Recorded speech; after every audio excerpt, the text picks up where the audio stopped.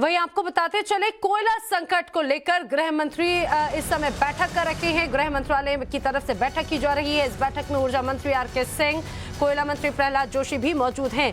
दरअसल कोयला संकट की वजह से बिजली संकट भी अब देश में बनता हुआ नजर आ रहा है। सिर्फ देश ही नहीं बल्कि पूरी दुनिया में इस समय हालात ऐसे ही बने हुए हैं।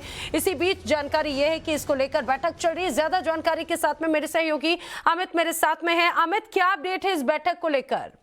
जी देखिए, अभी जो जानकारी मिल रही है कि अमित शाह बैठक कर रहे हैं और सबसे बड़ी बात की जो हालात है, जो कहां पर बिजली की संकट है और वहां पर जो प्रहलाद जोशी जो कि कोल मिनिस्टर है, उन्होंने कहा था कि 2 से 3 दिन के भीतर में सारी जगह जो है वो हालात जो है नॉर्मल हो जाएंगे और कोयला की जो सप्लाई है वो ठीक कर दी जाएगी। तो इन सारी स्थितियों को लेकर चर्चा हो रही है। ऊर्जा मंत्री आरके सिंह भी वहां मौजूद है।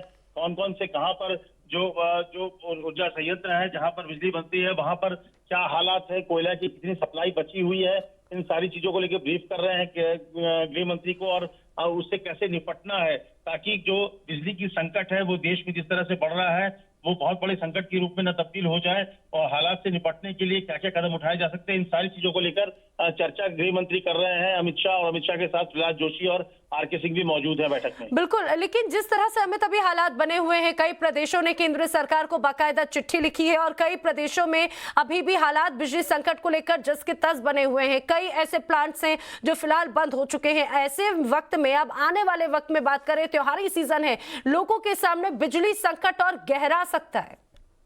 जी, निश्चित तौर पर बिजली संकट गहरा सकता है और उसकी गंभीरता को समझते ही हुए ही गृह मंत्री ने यह बैठक बुलाई है, क्योंकि त्योहार के वक्त पे बिजली की खपत बढ़ जाती है।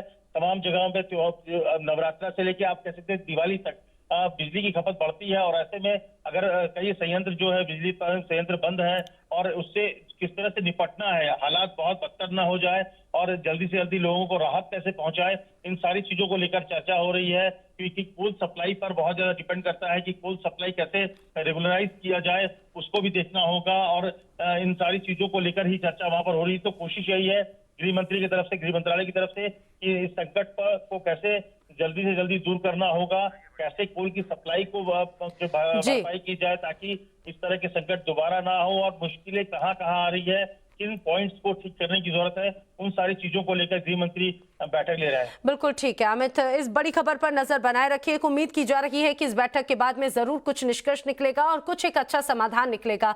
जानकारी के लिए शुक्रिया। तो देश में कोयले का संकट है या नहीं, इससे लेकर लगातार एक तरह से कंफ्यूजन का माहौल है।